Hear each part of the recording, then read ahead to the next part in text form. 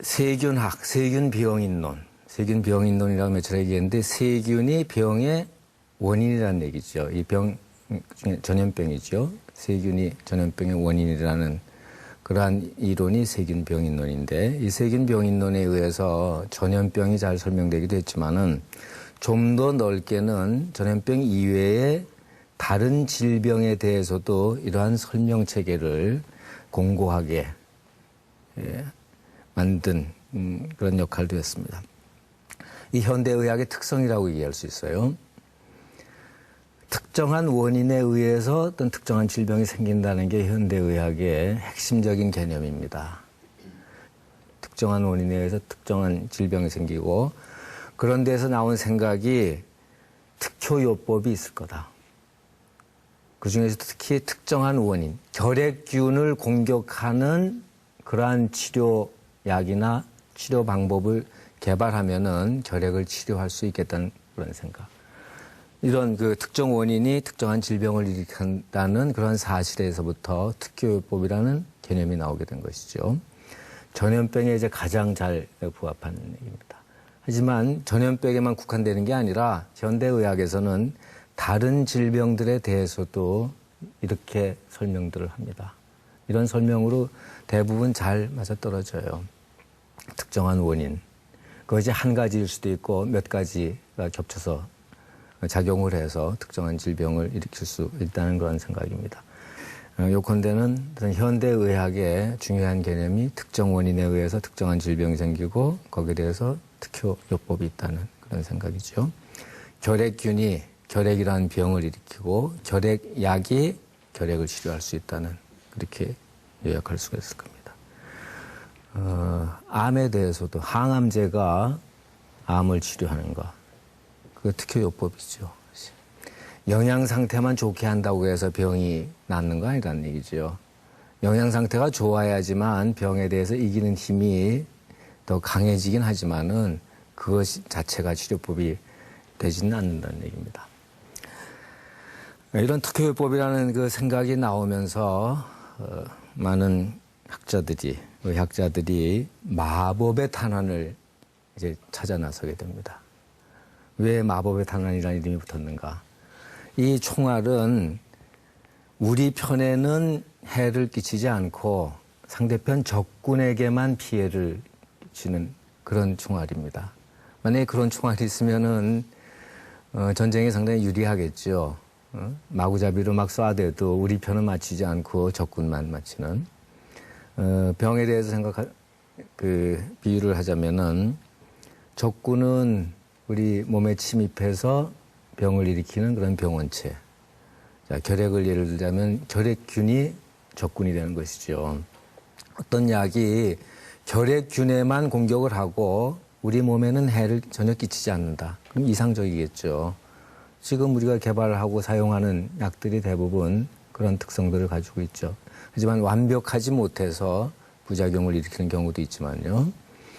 자, 이런 개념이 19세기 후반부터 생기기 시작해서 그 마법의 탄환을, 영어로 매직 뷰릿을 찾는 노력을 벌이게 되고 그 결과로 처음으로 등장한 게 살바르산 606이라는 약입니다.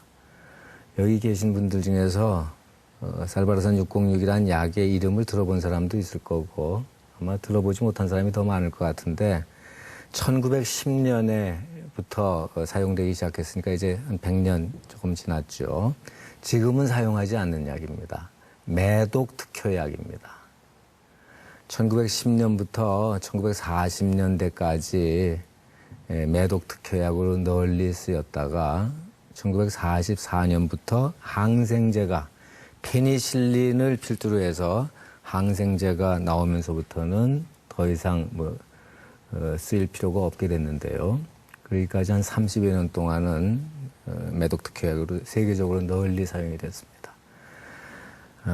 아주 완벽한 마법의 탄환은 아니지만은 사람에게는 거의 부작용을 일으키지 않고 매독균만 공격을 하는, 그래서 매독을 치료하는 그런 약입니다. 그 전까지는 그냥 자연에 있는 주로 식물을, 약초를 사용을 했죠. 약초를 사용하다가 19세기 접어들어서는 화학이, 특히 분석화학이 발달하면서는 과거부터 사용하던 약초 중에서 무슨 성분이 효과가 있는가, 그거를 이제 알게 됐죠. 그래서 그 성분만을 추출해서 뽑아내서 사용하기도 하고, 그 화학 구조를 알게 되면서 그것과 똑같은 약을 만들어내서 사용을 하게 됐습니다. 19세기까지는 우리나라나 뭐 동양에서만이 아니라 서양에서도 약이라 하면 약초입니다. 약초. 근데 이제 19세기부터 변화가 생기게 되고 20세기엔 더 큰 변화가 생기게 되죠. 지금 약이라는 것은 자연에서 우리가 얻을 수 있는 게 아니라 되게 실험실에서 합성해내고 공장에서 대량 생산을 한 그런 약을 사용을 하죠. 우리 약국에서 사서 우리 복용하는 그런 약들은 그런 특성들을 가지고 있는 거죠. 20세기적인 현상입니다. 살바르산 606. 그에 앞서서 그러니까 자연산인데 그걸 추출해서 그 화학적인 특성을 알아서 만든 약의 대표적인 게 아스피린입니다. 아스피린은 19세기 말 1899년에 독일의 어느 제약회사에서 합성해내는데 성공을 했죠. 왜 자연산입니다. 아스피린은. 예전부터, 오래전부터 사용하던 그 식물의 한 성분인데 그중에 지금 우리가 아스피린이라고 부르는 그 성분이 해열 효과도 있고 진통 효과도 있다는 사실을 알게 돼서 그걸 이제 실험실에서 만들고 공장에서 대량 생산을 하게 된 것이죠. 그다음에 살바르산 606은 자연산이 아니라 실험실에서 인위적으로 만들어낸 그런 약입니다. 그 이어서 이제 페니실린, 스트랩토마이신 같은 게 좀 더 마법의 탄환에 가까운 그런 약이죠. 이런 페니실린은 살바르산 606하고 달리 자연산이죠. 페니실륨이라는 곰팡이에서 나오는 성분을 추출해서 약으로 만든 게 페니실린이죠.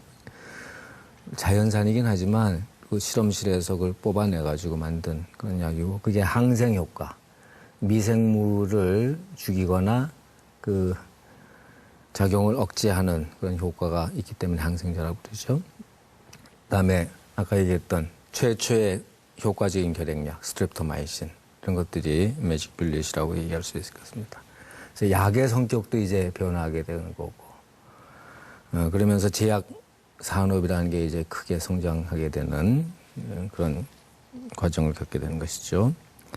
이런 식으로 세균학이 발달하면서 병의 정체와 원인을 알게 되고, 이어서 몇십 년의 어떤 그 기간이 필요했지만은 그 치료약이, 항생제라는 치료약이 개발이 되고, 그거에 좀 앞서서 몇 가지 전염병을 치료할 수 있는 백신이